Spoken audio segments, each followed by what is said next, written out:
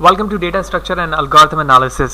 इस सेशन के अंदर इंसर्शन सॉर्ट को हम समझना चाहेंगे कि actually insertion sort data structure में क्या है और वो किस तरह से वर्क करता है। तो गिवन स्लाइड पे बताया जा रहा है कि insertion sort is a sorting algorithm in which the element are transfer one at a time to the right position. In other words, an insertion sort help in building the final sorted list one item at a time with the movement of higher rank element. An insertion sort has the benefits of simplicity and low overhead. तो इस paragraph में बताया जा रहा है कि insertion sort एक simplest हमारे पास सॉर्टिंग टेक्निक है जो एक वक्त में एक एलिमेंट को एक स्पेसिफिक पोजीशन से एक सॉर्टेड पोजीशन पर मूव करता है और इसके ज़रिए से जो हमारी जो इंडेक्स वैल्यू की मूवमेंट है वो हाई रैंक एलिमेंट के बेस पर मूव कर रही होती है। अगर आप स्लाइड को देखें, स्लाइड के अंदर जो इमेज है हमारे पास नीचे अनसॉर्टेड, उसमें एक वैल्यू जो कि जीरो इंडेक्स यानी फर्स्ट एलिमेंट पे मौजूद है। इसे इंसर्शन सॉर्ट के अंदर हम अज्यूम करते हैं कि जब जो जाहिर सी बात है जब एक इंडिविजुअल वैल्यू होगी तो वो सॉर्ट ही होगी, ठीक है, एक से ज़्यादा होगी तब हम कंपैरिजन करेंगे। तो हम फर्स्ट वैल्यू को क्या करते हैं, एक रैंक एलिमेंट के तौर पर रखते हैं और जो लेफ्ट साइड पर जब जब वैल्यू मूव होकर आती रहेगी तो वो सॉर्टेड फॉर्म पर वहाँ आकर एडजस्ट होती रहेगी। स्टेप बाय स्टेप प्रोसीजर पे देखेंगे तो और भी बेहतर तरीके से हमें समझ में आएगा। वाज़ेह रहे कि जो हमारा इंसर्शन सॉर्ट है वो in place and comparison based algorithm है। तो in place and comparison based algorithm से रिलेटेड मैंने फर्स्ट सेशन पे बताया था। अगर आपने वो सेशन नहीं देखा है जहाँ पर मैंने बबल सॉर्ट के हवाले से बताया तो वहाँ पर हम इंपॉर्टेंट टर्म को भी डिस्कस कर चुके हैं। सो आगे चलते हैं। तो हमें करना है क्या है, इंसर्शन सॉर्ट के अंदर हमारा एल्गोरिथम या स्टेप बाय स्टेप प्रोसीजर है क्या। So we compare the key element with the elements before it in the case element at index 0। If the element यानी key element is less than the first element we insert the key element before the first element. अगर हमारे पास जो next element है वो पहले वाले से क्या है, लेस है, तो हम उसी से पहले वाले एलिमेंट से पहले उसको क्या कर देंगे, प्लेस कर देंगे। If the key element is greater, अगर वो एलिमेंट ग्रेटर है पहले वाले से, then we insert it after the first element. तो इसका मतलब ये हुआ जो ऑलरेडी सॉर्टेड में मौजूद था उसके बाद हम उसे प्लेस करेंगे। Then we make the third element of the array as key and will compare it with the element of its left and insert it at the right position. यानी जो प्रोसीजर हम प्रीवियस वाले element के साथ कर चुके हैं, onward हम उसी प्रोसीजर को नेक्स्ट एलिमेंट टू ऑनवर्ड आगे चलते रहेंगे, उस वक्त तक इन स्टेप्स को करते रहेंगे जब तक हमारा एरे सॉर्टेड ना हो जाए।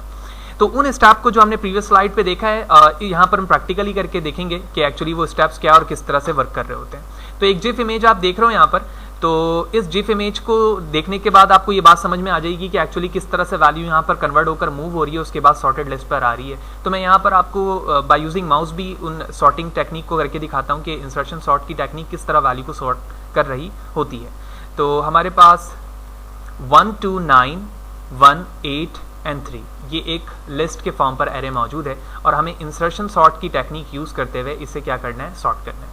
जैसे कि हमने स्टार्टिंग में जिक्र किया कि जो हमारे पास लेफ्ट साइड पर फर्स्ट वैल्यू होगी हम इसे एज्यूम करेंगे कि ये सॉर्टेड है और रेस्ट ऑफ द वैल्यू जो हमारे राइट साइड पे होगी उसे हम कहेंगे कि अनसॉर्टेड है, क्योंकि जब भी कोई इंडिविजुअल एक वैल्यू होती है तो वो सॉर्टेड ही होती है। उसके बाद हम इस वैल्यू को मूव करके इस तरफ लेकर आएंगे, ठीक है। इस तरफ लाने से मुराद ये है कि आप हर दफ़ा जब वैल्यू को मूव करोगे तो उसे एक वेरिएबल में स्टोर करोगे। फॉर एग्जांपल मैं अज्यूम करता हूँ कि हमारे पास एक वेरिएबल है टी और हर आइट्रेशन पर जब भी लूप की वैल्यू आइट्रेट करके आगे जाएगी यानी इस एलिमेंट को इस तरफ मूव करना जाएगी तो उस टैम्प वेरिएबल पर वैल्यू हमेशा सेव होती जाएगी। तो अभी टैम्प के अंदर क्या वैल्यू स्टोर होगी, 2। अब ये वैल्यू मूव होकर कहाँ पर आ जाएगी, 5 के एडजस्टेंट पे आ जाएगी। तो मैं कह सकता हूँ कि ये वैल्यू इस तरह से आएगी यूँ, ठीक है। और जो हमारे पास 9 है 1 8 3 है वो बिल्कुल वैसे उतर जाएगा। जैसे स्टेप नंबर 2 पे बताया गया था कि जब ये एलिमेंट मूव होकर सॉर्टेड एरिया पर जाएगा तो वहां पर जाकर ये एक दूसरे को कंपेयर करेगा कि क्या पहली वाली वैल्यू उससे लेस देन है तो ठीक है, ग्रेटर देन है तो ठीक है, और अगर लेस देन है तो वो उसको क्या कर देगा, स्वाइप कर देगा।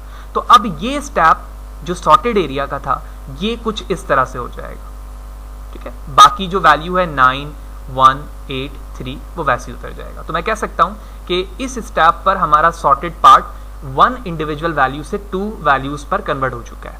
देन उसके बाद बारी आती है 9 की।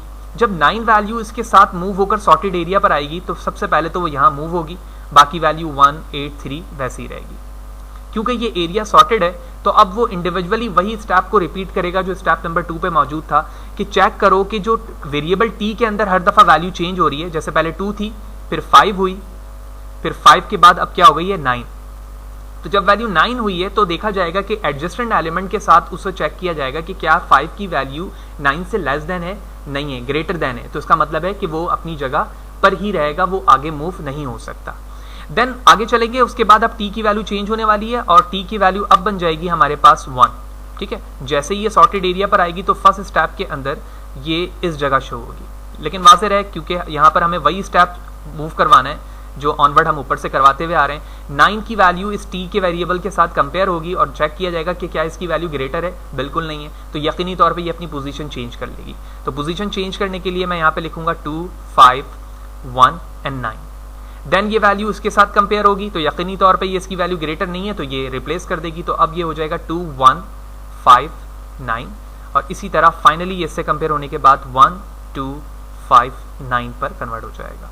ये हमारा इसी पास पर, यानी जब पास टी की वैल्यू 1 थी उस पास पर मैंने ये शॉर्टली वर्क करके दिखाया ये ओवरऑल। ठीक है, पास की वैल्यू यानी टी की वैल्यू जब 1 थी उस पर ये आइट्रेशन कंप्लीट हुई। बाकी जो 8 और 3 है वो बिल्कुल अपनी जगह वैसे ही मौजूद है। आगे चलते हैं, अब बारी हमारी इस 8 की है। तो 8 को जैसे ही आप मूव करोगे तो ये हो जाएगा 1, 2, 5, 9 ऑलरेडी रहा, 8 की वैल्यू उसके साथ आई और 3 वैसे ही उतर गया।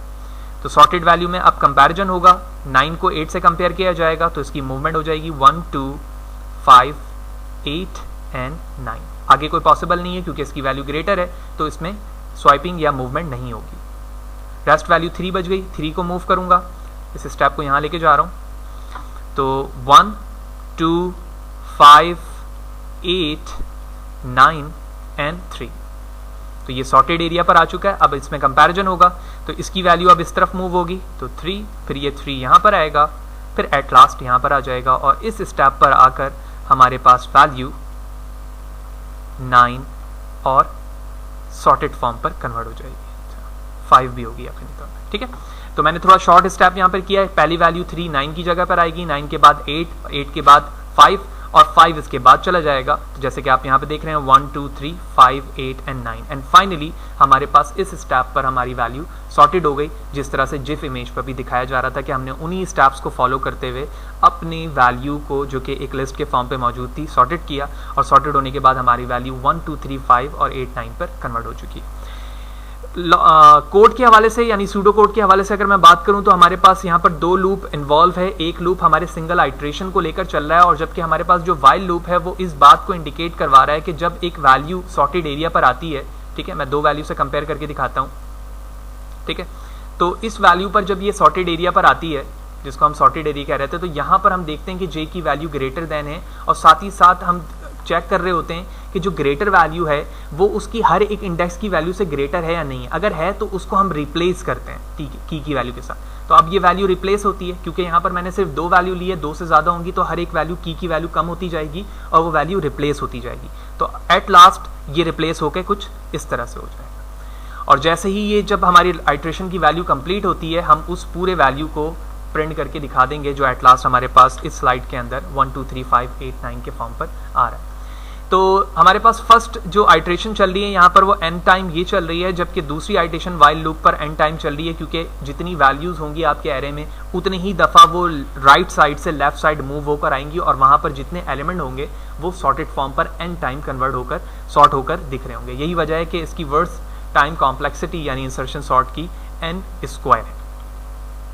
तो सक्सेसफुली हमने देखा कि actually insertion sort data structure के अंदर क्या है, क्या बेसिक डेफिनेशन है, in place and comparison base algorithm है, क्या बेसिक स्टेप्स हैं, एक एग्जांपल भी देखी और एग्जांपल के बेस पर उसे हमने सॉल्व करके भी देखा। इससे रिलेटेड जितने भी वीडियोस हैं वो मेरे यूट्यूब चैनल पर मौजूद हैं। आप फहाद हुसैन सर्च करेंगे यूट्यूब पर तो आप मुझे सर्च कर सकते हैं और सर्च करने के बाद आप ये मेरा यूट्यूब चैनल है, इस पर क्लिक करके आएंगे और आप इसके प्लेलिस्ट पर आने के बाद तमाम वीडियोस यहाँ से देख सकते हैं और जो भी कोड या स्लाइड सेशन होता है वो मेरे blogspot.com पर मौजूद है। आप Fahad Hussain CS blogspot.com search कर सकते हैं और यहाँ पर सेपरेट टैब मौजूद है जिससे आप तमाम स्लाइड या गिवन कोड से फैसिलिटेट हो सकते हैं। Thank you very much.